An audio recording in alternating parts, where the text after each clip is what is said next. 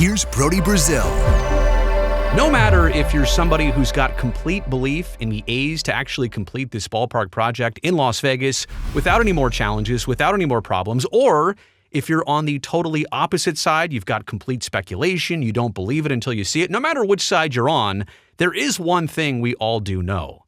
This project has continued to come with so many question marks instead of exclamation points. There's always something, whether it's funding or financing or approvals or now partnership with Bally's. They were in from the start to do most of the site here. The 35 acres, 26 of those are controlled by Bally's. The A's get 9 acres for their stadium.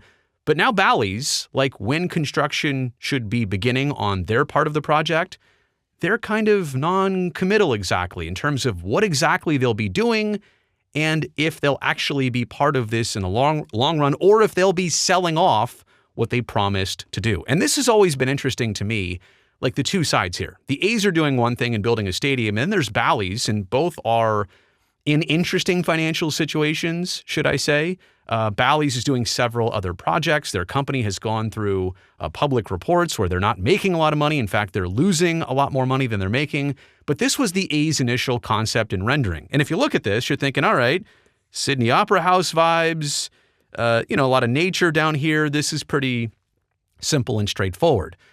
Transpose that into this. These don't look like the same two ideas here. And I realize that first rendering was from maybe a year ago, and this one was from more recent months. So, of course, I understand the evolution of an idea in a project, but these are two totally separate ideas and mindsets and visions that have been presented publicly. It would have helped if there were only one kind of look like this. But what we're understanding now is that Bally's may not do this or this at first or ever. If that's a casino, that also may not happen. And again, Bally's might be totally out of this before they're actually into this. Here's a report from KTNV Television in Las Vegas. They're reporting on the Bally's chairman, Soo Kim, who recently said, while the company is still moving forward with plans to build on the Tropicana property, well, that's good to hear, I suppose. That is still their plan. They haven't ruled out selling their gaming and development rights. I mean, is this somebody you want to go into a very intimate partnership with? If you're the A's, you're building your stadium, and the land is not owned by Bally's, it's owned by GLPI, but this was supposed to be your running mate. This was supposed to be your wingman who was doing the project right next to you, collaboration, building this up, doing it the right way. And now they're saying, well, we might even sell it. Who knows? And you know what? By even mentioning selling the gaming rights and the development rights, you don't do that unless you want that out there. That was strategic. That was not a mistake. That wasn't an, oops, I shouldn't have said that. That was intentionally put out there by the Bally's chairman.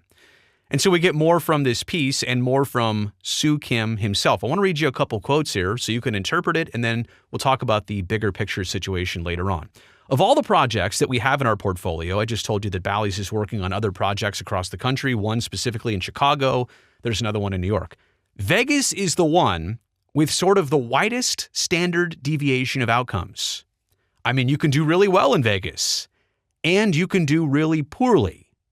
Whereas sort of the regional properties like Chicago and New York, they're much easier, much more easy to predict what the outcomes will be.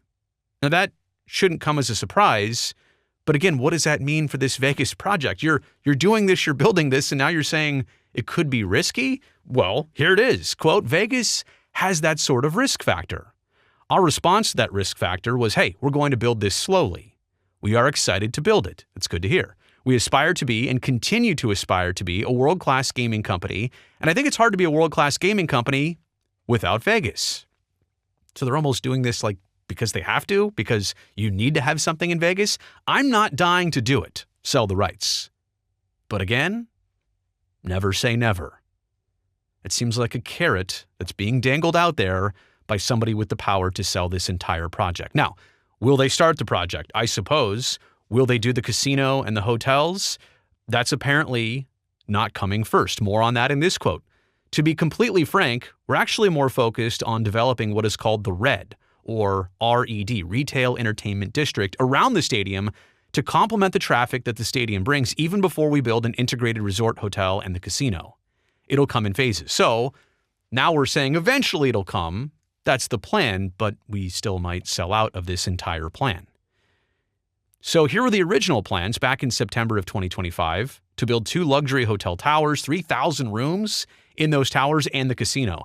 I mentioned 3,000 rooms because remember how big and bulky those two Tropicana towers were? Those were only 1,400 rooms. So on the same property, right? You've torn down the 2 towers, and there was a lot of extra space.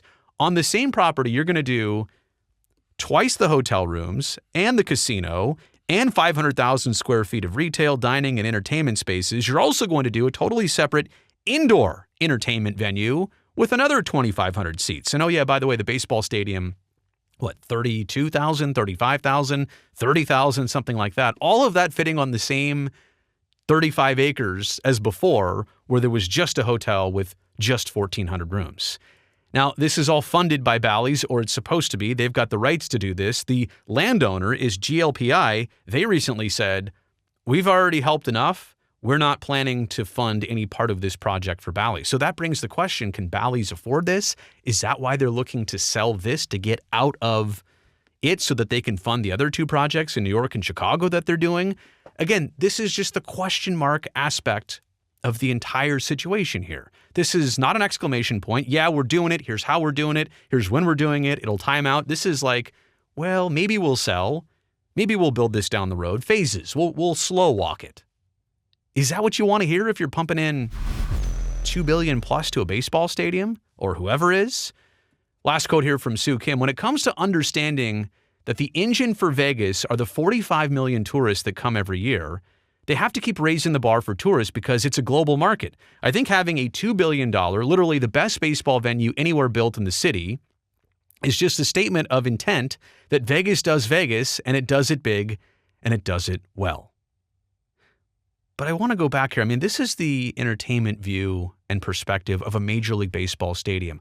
I don't know that there's another stadium in the world that is saying we need tourists to come in and fill what is usually a fan base that fills these seats. It's a fan base that comes back. It's a fan base who lives here, not just tourism. Are you literally building a stadium and investing in all this? And I get it. They're seeing the casino side. They're seeing the hotel side. They want people to come visit the property. That's what they're all about. That's what they're doing with their 26 acres. But in terms of translating that to actually people coming to a baseball game in Las Vegas, you come to Vegas for a lot of different things. Well, mostly entertainment, potentially gambling or whatever else. I just don't know that that's going to be the draw specifically for baseball. Football, I get. That's different. Hockey has also been different because that team is organic. That team also gets a lot of visitors in the winter months from Canada and those Canadian teams.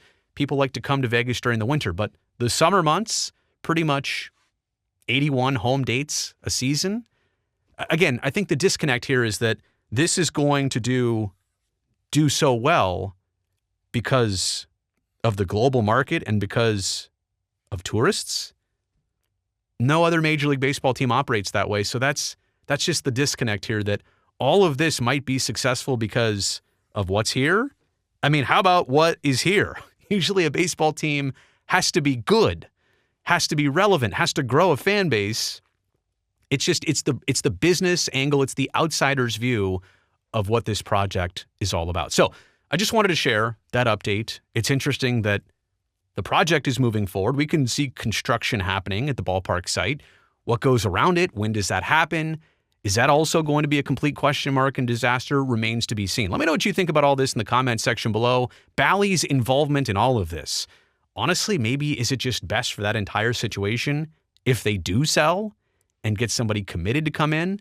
Seems like it might be. Also, thumbs up while you're down there. Helps me, the video, on the channel. Don't forget to subscribe. I'd love to see you back here for the next one.